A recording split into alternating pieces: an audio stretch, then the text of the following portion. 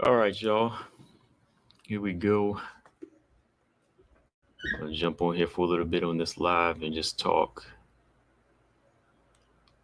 a little boxing. All right, so let's see. Let's go ahead and pull this up here real quick.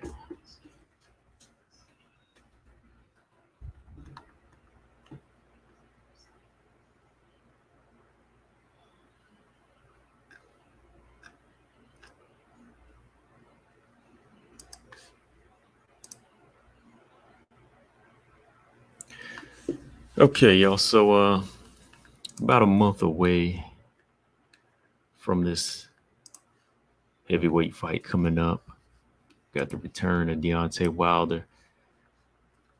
October. Let me pull it up here. Make sure I got my dates right. October 10th, 15th. October 15th. We got Deontay Wilder making his return against Robert Helenius. Robert Helenius, I know most of y'all remember him for the pair of Adam Kalnaki fights in which, he really looks like he's been revamped. You know, uh, early in his career, he's always been known as a hard puncher, Nordic Nightmare. I remember he knocked out the Nigerian Nightmare. That was like one of the first couple times I've seen him hit the scene. It's been a minute now, but since then, he's just kind of been in the background. Never's been able to capture a world title, but put him in here. A little while back, they put him in here against. They put him in there against Adam Kalnaki, and I think a lot of people were expecting him to win, expecting him to lose. But he went in there and showed that no, he still has the skills. He's got the power, the harder, stiffer punches. At 38 years old, he still has some fire to offer. So I think this is this is going to be a good fight. It's going to be a decent fight for Deontay Wilder, as far as a comeback, just to kind of test his skills out again to see, what he's been working on. As y'all know, Deontay Wilder, he's been out since October of 2021. So yeah, he'll be coming back a year and some change later after his back-to-back losses to Tyson Fury. Last victory he experienced was November 2019, which is crazy. It's almost 3 years. It's almost 3 years since Wilder's last victory. Hasn't had a single victory, since 2019 now. And he was known as a knockout artist, dominant, beating everybody, knocking everybody out that was in front of him. But Tyson Fury is just one of those guys that just had his number. Had the skills, the size. He was able to use everything on Deontay Wilder. But this time around, Deontay Wilder stepping in here with Robert Helenius. This is going to be a fight that I think Deontay Wilder, he can go right back to what he used to do. As far as stopping an opponent like this. But it could be a little bit difficult depending on what type of approach Helenius decides to take. If Helenius wants to go in there and use his size, Helenius is just about the same height as Wilder. I think he's maybe like an inch or inch and a half shorter, something like that. But he's definitely got some size to him. He's a very good technical puncher. I think he throws his punches a little bit more straighter. Like I said, they're stiffer. And he's got power in both hands. So that's something Deontay Wilder is going to have to definitely look out for in this fight. I think that Helenius, he's definitely got that tricky right hand. He can throw it to the body. He can throw it to the head, and it definitely packs power. He's knocked out. Let me see how many people he's knocked out. Helenius has 20 knockouts. Definitely not as many as Wilder, when you measure, but he's definitely put some guys out of there. And I mean, he put the work in on Kalnaki. So this is going to be an interesting fight. You know, it's got puncher versus puncher. You know, Wilder, I think he's more of the definitely the more deadlier puncher in this fight. You know, he can throw at these awkward angles, but it's his technical skill that I know a lot of people are worried about. They want to know if he can use more lateral movement, pump out more straighter jabs, you know, be a little bit more straighter with his right hand and kind of fight a little bit more disciplined. Like when he hurts opponents and he doesn't get him straight out of there, you know, they want to see him kind of calm it down a little bit. And I think that's all on him. You know, it's just going to be all on him now. I think that Malik Scott is a pretty good trainer. I think, you know, he's giving him the right advice. It's just a matter of the fighter wanting to do it. And if they have the discipline to execute it, right?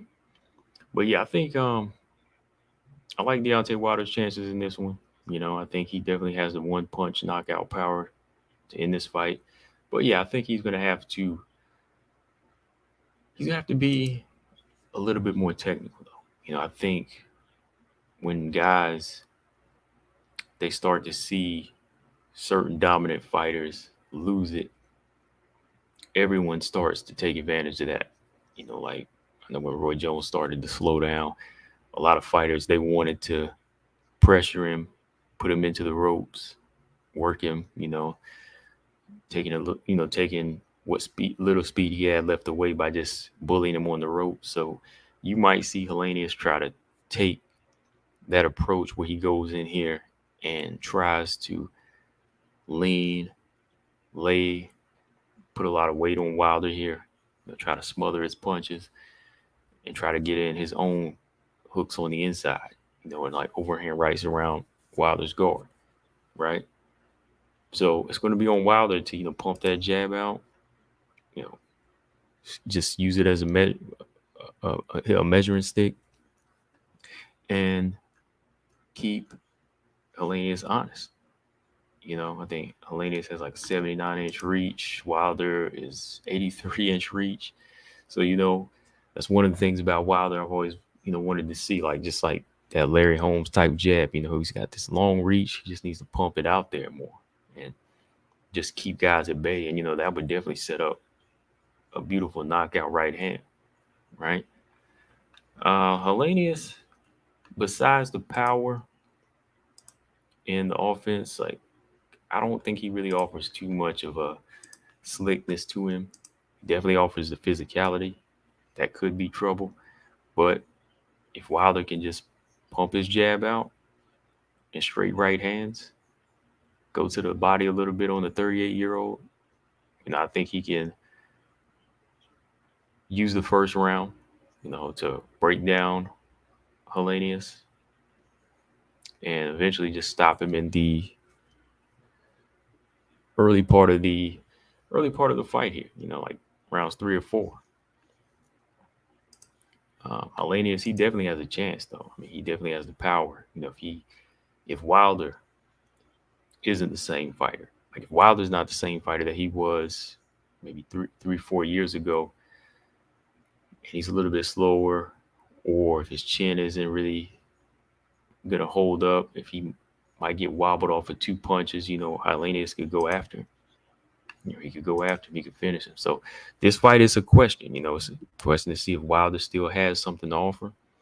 You know, did he face some serious damage from Fury that could take into this fight? I don't know. We'll see. You know, but early on, I'm looking at Wilder to win this one. You know, I think he can go in there and stop Helenius as long as, like I said, he keeps Helenius off of him, doesn't make it too much of a physical fight, doesn't get worn down, you know, picks his shots.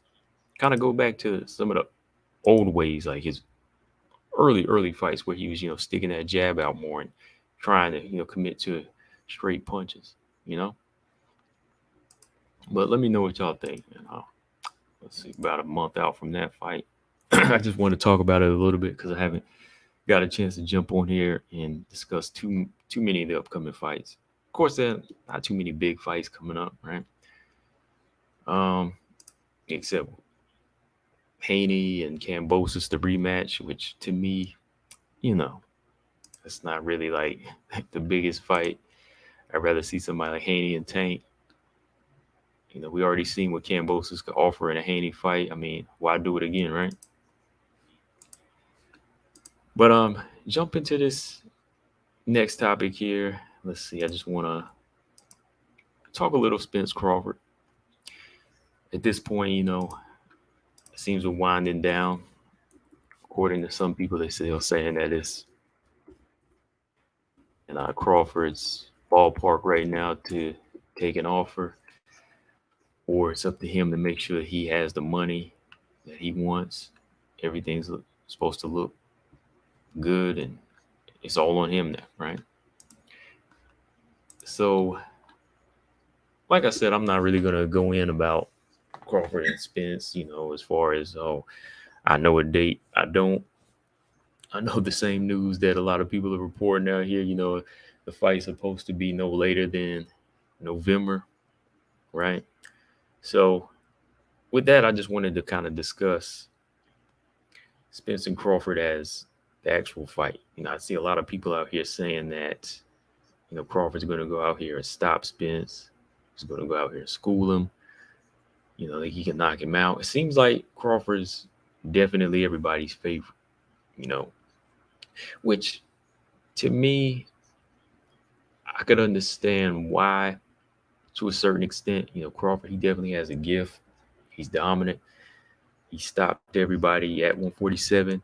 But if you're really looking deep into it, you got to see that the fighters he's fought and stopped are no longer or were never on the level of Errol Spence, right? And I say that with Sean Porter because, Sean was a champion, but he was no longer in that realm like these guys, Same with Kell Brook. I think Crawford, he definitely has, the technique, skills. He's got the IQ, ability to switch, but people forget Errol. Errol, he has the ability to box as well. He's disciplined. You look at some of his early fights. If he couldn't get guys out of there, he was still very disciplined to box and break them down. And that's kind of his thing too. He's made that known on Twitter that, he likes to break guys' will. And to do that, you have to have patience. You have to have patience, and you have to have a tactical style. I think Errol has tactics. He knows how to box, move. He fights off his jab. He attacks the body. He'll hit you wherever he can hit you. He'll break you down. And he may not be knocking guys out with one punch power, but he slowly breaks you down physically as well. He wears on you. Errol knows how to throw the perfect punches at the perfect time. Catching these guys like Ugas, even these guys like, Sean, even though Sean Porter stood in there with 12 rounds, he's still able to hit him to the gut, to the chin at the right time to get that respect, So I think people are counting Errol out here. And I don't understand why. Like I said, he's a 3-belt champion. This is his division. He's one of the biggest, strongest, the best. He's going to be the best name on Terrence Crawford's resume. So just because Terrence was able to do this to these guys, definitely don't mean he's going to be able to do it to Errol Spence, right?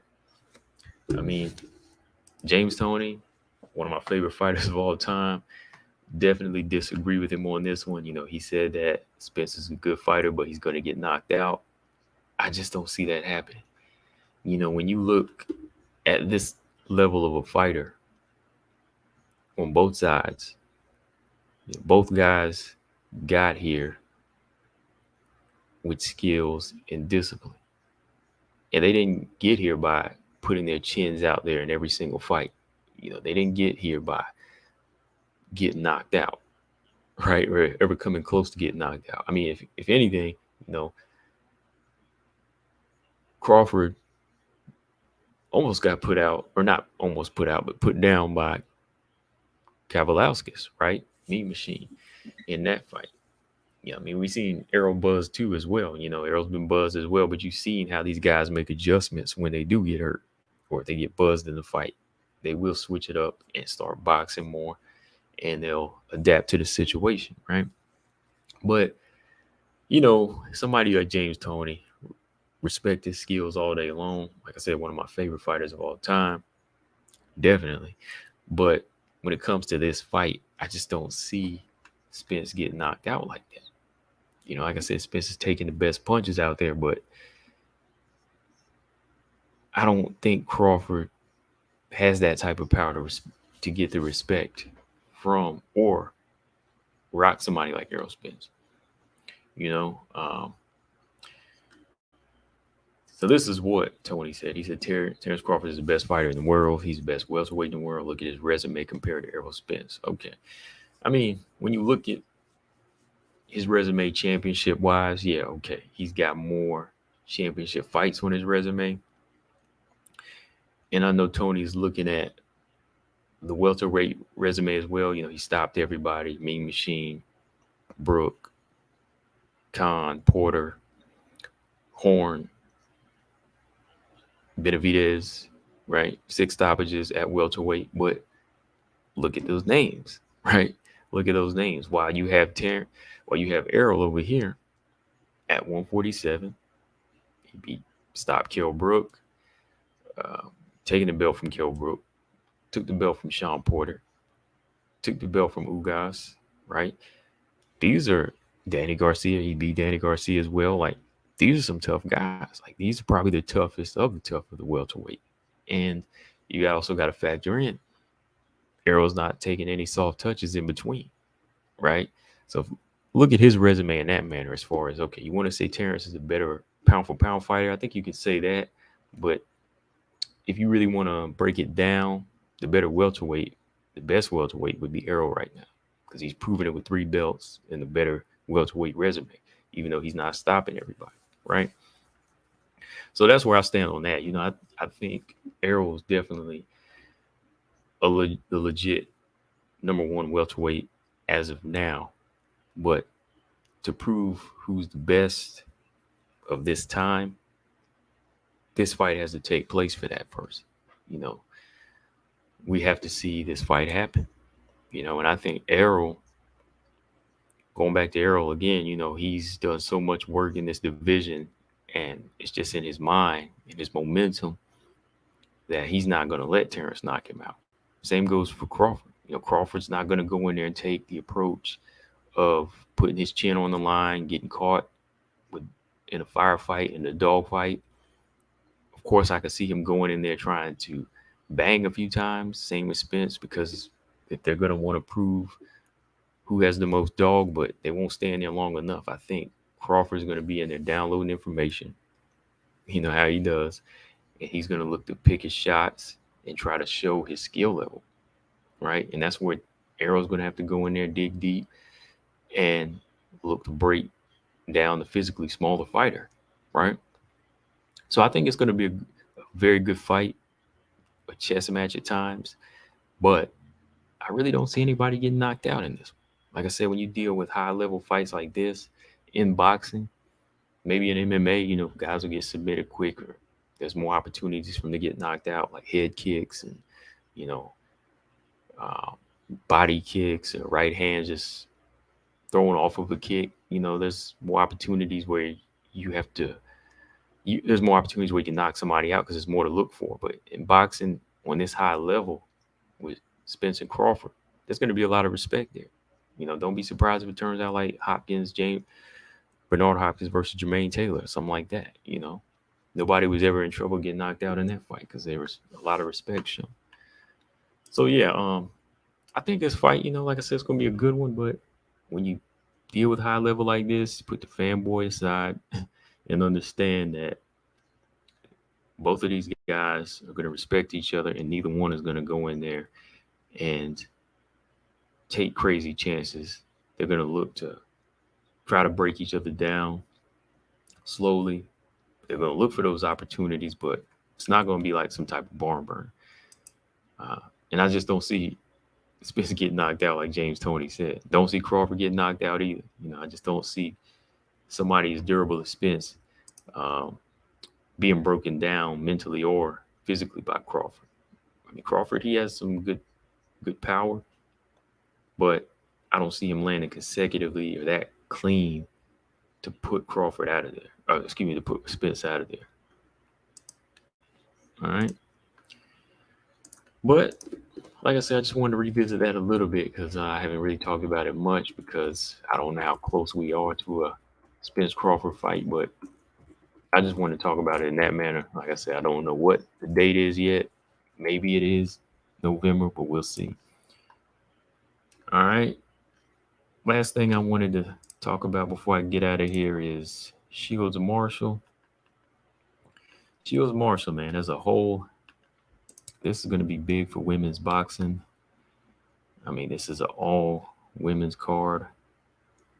Let me go ahead and pull up the actual card. I mean, I can share it with y'all guys. Hang on here 1 second. Because I usually talk about this stuff over in my other channel as well, you know, when it comes to women's boxing. I don't hear a lot of people talking about this one too much, but hey, I think it's going to be a good fight, man. Shields Marshall is September 10th, so we're about a week and a half away now. All right, let me go ahead and share the screen. Go here. Tabs. There it goes. So, excuse me.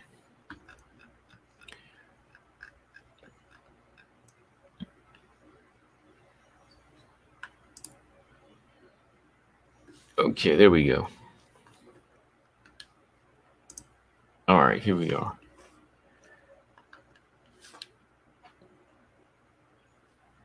Shields Marshall. September 10th. This card starts at 4 p.m. Eastern time. So I got to be up. This is an earlier one. Yeah, got to be on it for this one. This one's taking place in London. It's crazy, you know, women's boxing had to go all the way to London, but, you know, that's where the fan base is. You know, Savannah Marshall has a big fan base over there. Shout out to Shields and Michaela Mayer and Baumgartner. You know, want to just go over there and overseas to represent. You know, shout out to Clarissa, especially, you know, wanting to go over here and, you know, prove her dominance by going over to Marshall's home country, even though she's the more recognized champion. You know, and Clarissa, you know, she's had the most belts. You know, she has the most accomplishments, but she's actually going over to the opponent. You know, she's actually going over to her opponent's home country. Even though, you know, like I said, she's the more recognized champion in women's boxing today. So you got to give her respect for that. Shields Marshall, long time rivals, you know, since their amateur days. I just, you know, like the fact that these two, when it came down to it, there wasn't a lot of, you know, there's been a lot of talk leading up to this fight, of course, but I like the fact that they both want it. You know, they both want this match. They set it up nicely. Shields signed a contract over here to get one fight in the UK, fight in front of Marshall. Marshall got her fight. You know, they did their one fight, and then they set it up nicely to say, okay, now we're ready, right?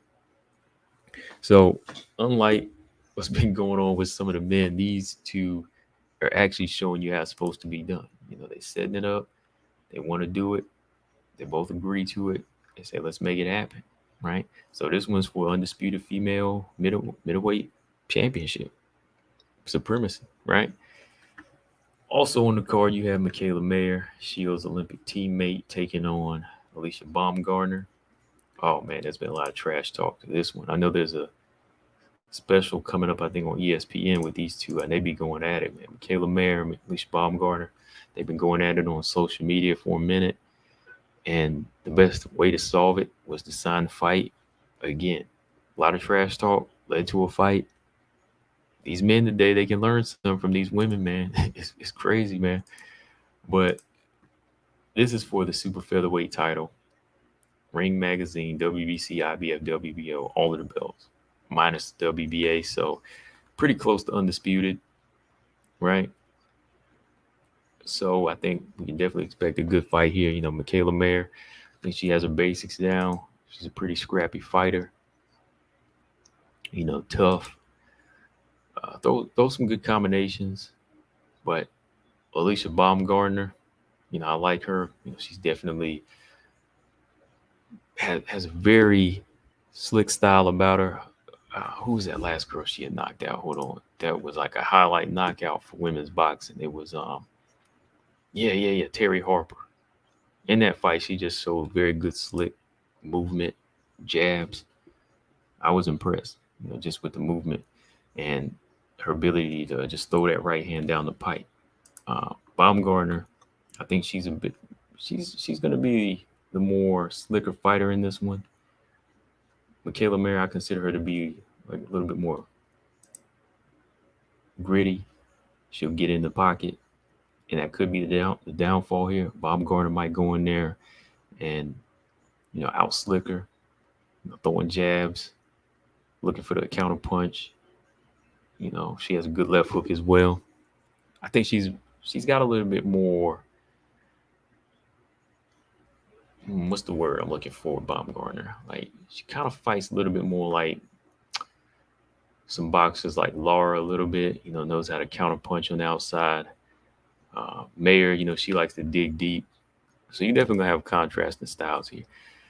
Let's see. Oh, comment section. Fire Goblin said Link. Oh, Link. Oh, man, I was just on here talking some boxing. I mean, what did you want to talk about? I don't like no trolls on you. I mean, it's my second time on this channel doing live streams. So, yeah, let me see.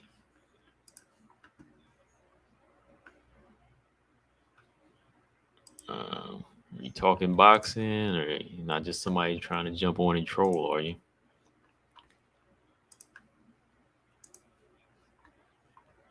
All right, so co-main event, Michaela Mayer, Baumgartner. Down this list, yeah, they got it loaded, man. All women's card. Let's see, Lauren Price versus Tamia Bellick, Carice Morgenstall versus Maria Sakharov. A lot of girls making their professional debut on this card, which I guess is good for these women and their promotion. Wow. That's a lot of professional debuts being made on this card. Let's see. Hold on. I didn't know it was that many. I thought some of these ladies were seasoned already, but wow, look at this here. You got 1, 2, 3, 4, 5, 6, 7, 8, 9. You got 9 women making their pro debut on this card, which I think at this point I can understand. I mean, that's cool because some of the women have already been around in boxing, then either on their way out or they just don't really have that big fan base. So I think they want to take this time to try to build a new crop of young fighters. Because, yeah, a lot of these fighters are young. Caroline Dubois, Jenny Fuchs. I think I've seen Jenny Fuchs in like some amateur fights. I think I did. I think I've seen some of her fights before. Yeah, some of these ladies, they are still young. Ebony Jones. So they're probably looking to build up a new crop of women's boxers and trying to push them, kind of like they do in, for y'all boxing fans that don't know, in MMA, there's Invicta FC, which is a organization strictly for women's mixed martial arts. So probably doing that with this type of card. Same way, they bring in brand new fighters, give them some shine. So this is their chance to take advantage of it. It's their chance to go in there, make a big statement, put on a show, get a knockout or two, because that's what a lot of men are going to look for. Men are going to be looking for knockouts, especially from women. I mean, that's what that and dog fights. They're going to be looking for dog fights because same standards in MMA, I think, are going to follow here for women's boxing as well. They got to go in there and show out, which I hope they do. But this card is September 10th, so I might do a fight companion for this one. Yeah. You expect me to be on here? Yeah, I think I'll do it on this channel. I'll do a fight companion. Shields Marshall. I mean, it's a big card. Let me see. 1, 2, 3, 4, 5, 6, 7, 8, 9, 10. That's 10 fights. 3, 6. Yeah, 10 fights on there. So we'll see. But I probably will. I might jump on and do it. Represent women's boxing. But as we get closer, I'll do another video or two talking about Shields and Marshall. I just wanted to get on here for about 30 minutes and discuss some things coming up in boxing that I was interested in. Like I said, still not getting too many of the fights we want. Keith Thurman, he still hasn't made his return to boxing. I was looking at his interview today. He's still talking about money mostly, potential opponents, but nobody signed on for the Keith Thurman fight yet. So, but yeah, that's all I got on this one, guys. Make sure y'all subscribe. Let me know in the comment section what y'all think of Wilder Helenius, Shields Marshall, Mayer Baumgardner, and Spence Crawford. Can Crawford knock Spence out or vice versa? Let me know, y'all. Make sure y'all subscribe. I'm out. Peace.